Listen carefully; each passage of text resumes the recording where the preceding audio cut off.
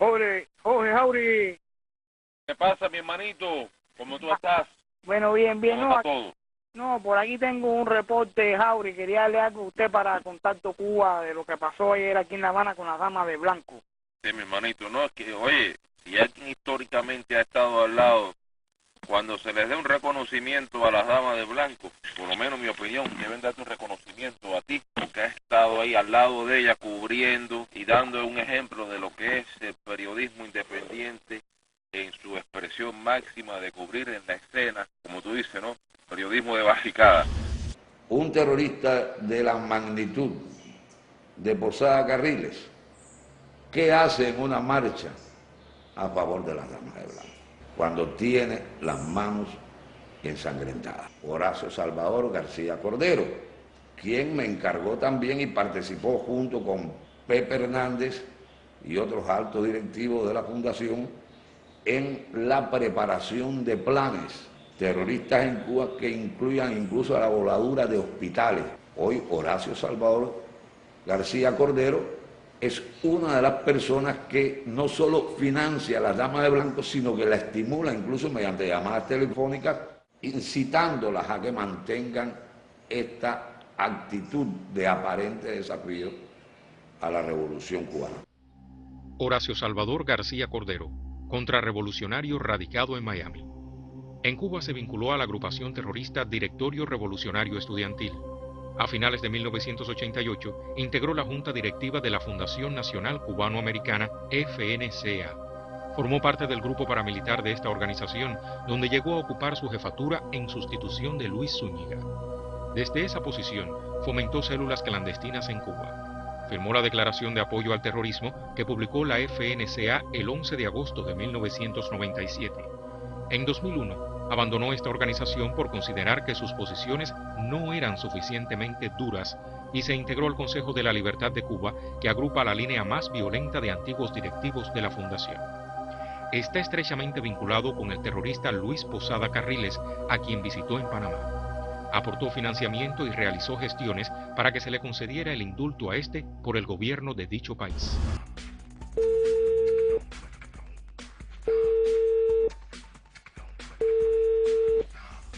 Sí, oye, soy yo, ¿me oye? Perfectamente, ¿y usted a mí? Que bien. Ernesto Alcaro, llamar a Laura, fíjense que yo la estoy manipulando, pero yo tengo mucha fe en América y en Alejandrina. Completamente, eso yo se la puse ahí el sábado, para que usted se dé cuenta de que hay una unión ahí. Acuérdense que salvamos en primer lugar la unión de las damas de blanco. Usted sabe que estaba bastante peliagudo eso. Nosotros le vamos a dar todo el respaldo a las damas de blanco. En realidad, damas de blanco nada más son... Yo sé. Hay que demostrar que se trata de un hecho masivo. Ella tiene que jugar de juego hasta que lo convenga. Tú sabes que yo fui el que asesoró a Gloria y a Emilio a marcha que se hizo aquí y demás. Y ellos también lo saben aquí, y eso fue importante lo que se hizo ahí, lo que se hizo acá. Hay grandes posibilidades que me reúnan con el presidente en los próximos días.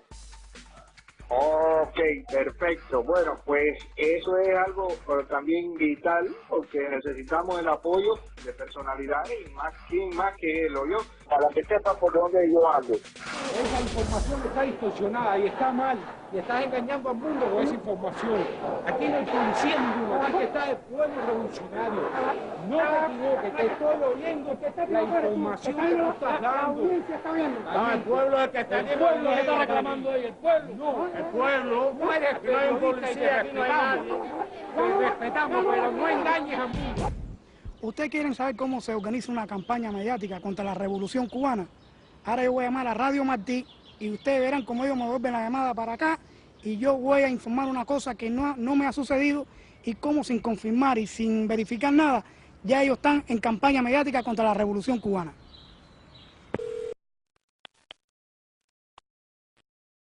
Sí, eso lo puede negociar, ¿yes? Radio Martí. Así es. Mire, Carlos Serpa Maceira, por favor, llámeme aquí a mi móvil que hay problema. Radio Martí me está llamando en estos momentos. Dígame, buenos días. Oye, sí, yo estaba llamando para allá y me daba a ti, me dijera que tú estabas llamando para acá.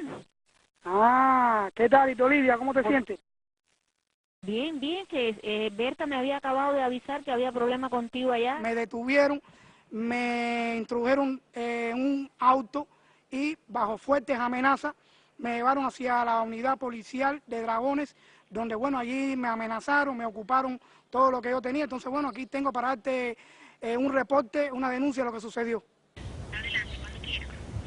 Quien les habla, el periodista independiente Carlos Serpa Maceira, director de la Unión de Periodistas Libres de Cuba. Estoy denunciando a través de Radio Martí de que en horas de la mañana de este 14 de mayo, cuando yo me encontraba, como ustedes ven, de nuevo la mentira de los enemigos dentro y fuera. Esto es una forma de cómo se hace una campaña mediática. Radio Martí no confirma nada. Aquí usted ve en mi memoria, que la tengo aquí, ellos no confirman nada, ya están diciendo que lo van a sacar en los noticieros. Aquí, Radio Martí, transmitiendo para Cuba desde Miami, Florida, Estados Unidos de América. El periodista independiente Carlos Serpa Maceira denuncia que nuevamente fue objeto de detención y amenazas por parte de la Policía Política de Ciudad Habana. Y a continuación vamos a escuchar los detalles en su propia voz. Estoy denunciando de que en horas de la mañana de este 14 de mayo, cuando yo me encontraba transitando en áreas próximas al Tribunal Provincial Popular de Ciudad de La Habana, a escasos metros del antiguo Capitolio Nacional, fui detenido por agentes de la seguridad del Estado, quienes me introdujeron en un carro y me llevaron detenido hacia la unidad de la Policía Nacional Revolucionaria de Dragones y Silueta. Allí los agentes de seguridad del Estado me amenazaron de que me iban a deportar hacia la Isla de la Juventud. Ahí me ocuparon una memoria flash que contenía información de video sobre las damas de blanco, una memoria flash. También me ocuparon una cámara fotográfica y bueno, en estos momentos que estoy hablando con Radio Martí, ya fui liberado. Según informes de la Oficina de Auditoría del Gobierno de los Estados Unidos sobre la calidad de las transmisiones subversivas de radio y televisión Martí, la conformación de los mensajes tributados a cada uno de sus espacios adolece de equilibrio y objetividad. Se violan constantemente normas periodísticas en sus noticias y comentarios sobre Cuba. Se distorsiona y manipula información en la voz de los llamados periodistas independientes. Las intenciones de Radio Martí siempre han sido malas. La intención de Radio Martí es tratar de demostrar que esa emisora soy aquí en Cuba, que tiene audiencia y que ellos están sacando reportes de la subvención aquí. Pero ya todo el mundo no lo llaman. Ellos tienen su gente aquí en Cuba para llamar. Ellos llaman a Antunes, llaman a Berta Soler, llaman a la mamá de Orlando Zapata Tamayo. Le estoy poniendo gente clave. El periodismo independiente en Cuba tiene tutores norteamericanos. Estos supuestos reporteros, formados en academias desconocidas, resultan al mismo tiempo integrantes de numerosas organizaciones y grupos contrarrevolucionarios. Con informaciones tergiversadas sobre la realidad cubana, tratan de mostrar sus dotes para un oficio muy bien pagado desde el exterior. Esto ellos lo manipulan mucho. Cuando hablamos foros y organizaciones internacionales, la Sociedad Interamericana de Prensa, Reporteros Sin Fronteras, Human Rights y todas estas organizaciones que están en abierta complicidad en todos estos actos, manipulan el drama como tal. Se manipulaba la información o ellos conformaban al final y decidían cómo podría esa información hacerle daño a la revolución cubana. Hay otra cosa, muchos de los abastecimientos, porque estamos hablando de pulobres, de pulsa, de propaganda subversiva, ellos abastecen aquí a la contrarrevolución con grabadoras digitales, cámaras fotográficas, memoria flash, para que a los periodistas independientes para que mejoren su trabajo, también con computadoras. Incluso ellos están organizando, y siempre lo han organizado, estos cursos de periodismo para los llamados periodistas independientes, que es quien los realiza de Miami, es la Universidad de la Florida, el señor Dan Mau. Cuando terminan estos cursos en Séptimo y 24, que es la residencia de los jefes de la Oficina de Prensa y Cultura, de la Oficina de Intereses, ellos hacen una especie de homenaje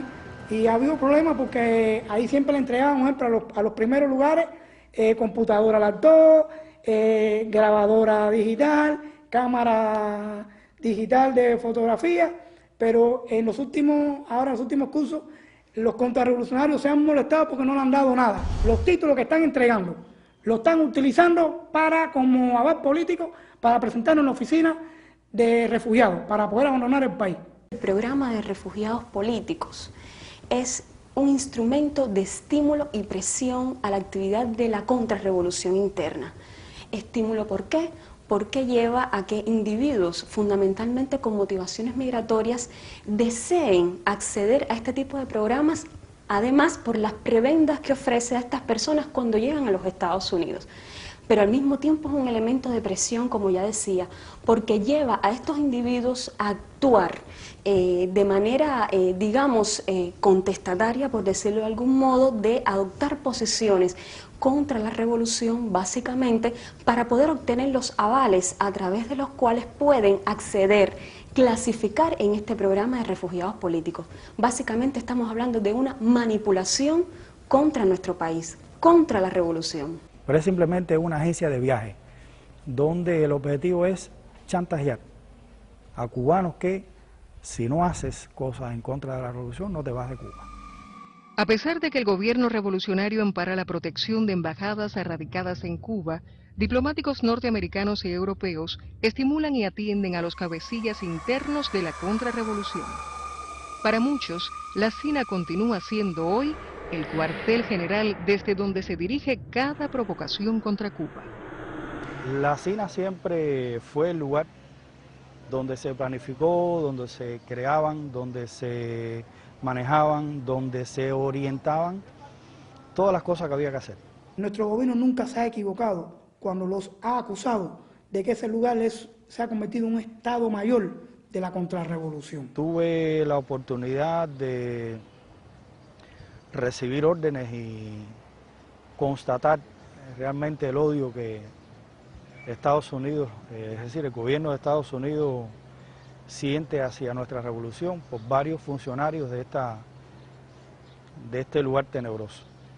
Te puedo mencionar nombres como Timothy Brown, Diana Robin Mayer, Víctor Bocarok, Stephen Rice y otros que fueron los que más trabajaron por el momento que les tocó vivir con nosotros aquí en medio de esta escalada del gobierno de Estados Unidos hacia nuestra revolución.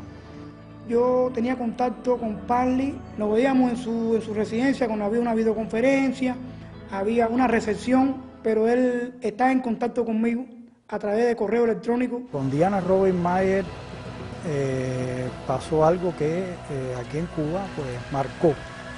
Fue el momento en que más los Estados Unidos alzó la parada contra Cuba. Y esta funcionaria no pudo continuar su trabajo en Cuba, por lo cual viene Timothy Brown. Este funcionario es el que propicia como un estímulo a mi trabajo durante muchos años dentro de la contrarrevolución a que yo viajase a los Estados Unidos. Claro, él también lo hacía para que yo estableciera vínculos con organizaciones contrarrevolucionarias en Miami, fundamentalmente, y a partir de ahí desarrollar un trabajo que a posterior en Cuba pues le daría buenos dividendos a ellos. Allá me encuentro con viejos personeros de la contrarrevolución cubana, como Ricardo Ophil, Adolfo Rivero Caro y otros que estaban bien activos con relación a la contrarrevolución aquí al interior de Cuba. También, bueno, tuve contacto con el señor Gregory Adams. Este señor era el jefe de la Oficina de Prensa y Cultura, de la sección de intereses. En un momento dado, él llegó hasta orientarme. Recientemente, un cable filtrado por Wikileaks, enviado al Departamento de Estado por el jefe de la CINA, Jonathan Farrar, el 15 de abril de 2009, mostró que la llamada disidencia está desconectada de la vida del país, sin influencia en las generaciones más jóvenes. Señaló que los disidentes y sus agendas son prácticamente desconocidos, fuera del círculo de los diplomáticos extranjeros y la prensa. Afirmó que los líderes contrarrevolucionarios solo parecen dirigir sus esfuerzos a obtener recursos para solventar sus necesidades cotidianas y que definitivamente no gozan de apoyo alguno entre los cubanos. En medio de una peligrosa y convulsa situación internacional, El presidente de Estados Unidos dedicó tiempo para abordar de una manera distorsionada la situación de los derechos humanos en Cuba. El pasado 23 de febrero, un comunicado del presidente Barack Obama no escatimó adjetivos para exaltar a la contrarrevolución y manipular el primer aniversario de la muerte de un recluso que había sido sancionado por delitos comunes, quien desde Washington, Miami y Europa fue convertido en disidente por los medios de la desinformación imperial. Pese a las malas calificaciones que la propia sección de intereses norteamericanos en La Habana había concedido a los mercenarios en sus correos secretos por su baja catadura y desconexión social, el mandatario les patentizó su más firme compromiso de apoyo. En los momentos más difíciles, Moisés Rodríguez y Carlos Serpa Maceira defendieron los ideales de la patria como parte de esa contrarrevolución diezmada y servil a los intereses de la Casa Blanca. El primero en una época de limitaciones por la caída del campo socialista y la llegada del período especial en nuestro país. El segundo, en un contexto más reciente, matizado por una guerra ideológica que Estados Unidos se refuerza a partir de la aprobación del Plan Bush. Ambos, desde sus posiciones y circunstancias, demostraron cuánto puede hacer un revolucionario en defensa de su pueblo. Esto ha tenido un gran significado para mí porque, bueno, yo nací un 10 de octubre. El hecho de yo haber nacido ese día me ha comprometido mucho con la historia de mi patria.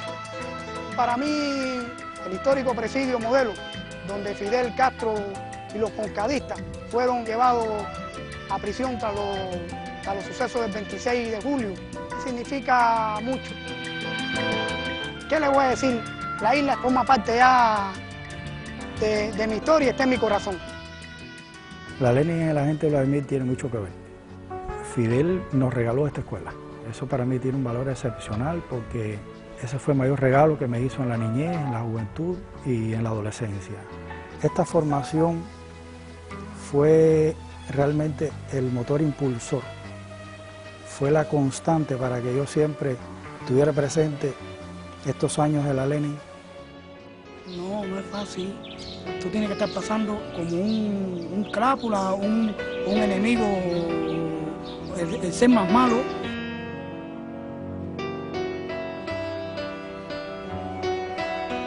Realmente fue muy difícil. Y esto trajo como consecuencia que yo en ocasiones tuviera que llamar a mi oficial, por ejemplo, para conversar. Y un poco que yo descompresionar aquella carga que tenía en esos momentos, de lo que escuchaba constantemente. Por ejemplo, se hablaba de horas de gobierno, horas de revolución. Si hay una cosa que me puse muy contento es porque es un regalo que le voy a dar a mi hija Tita. Recuerdo, por ejemplo, las reuniones de padres de mis hijos, que mis hijos compartían con otros niños que sus padres venían a la escuela orgullosos de sus padres, que trabajaban, y yo siempre pues traté de pasar inadvertido ante mis hijos en esta situación porque realmente no tenía ningún elemento que aportarle positivo. Estando yo con un grupo de contrarrevolucionarios, ella puso libertad para los 5 héroes, que eso ya le nació de forma espontánea. Yo nunca le dije, mía, escribe esto. Ella cogió la tiza en el medio del portal, puso libertad para los 5 héroes. Y me tuvo problemas con los contrarrevolucionarios porque me dice, concho, ¿qué clase de educación tú le estás dando a tu hija que nada menos vino a poner libertad para los 5 héroes? Ser agente de la seguridad del Estado es un compromiso muy grande con la revolución. Para mí es entrega, es sentido de pertenencia, es compromiso.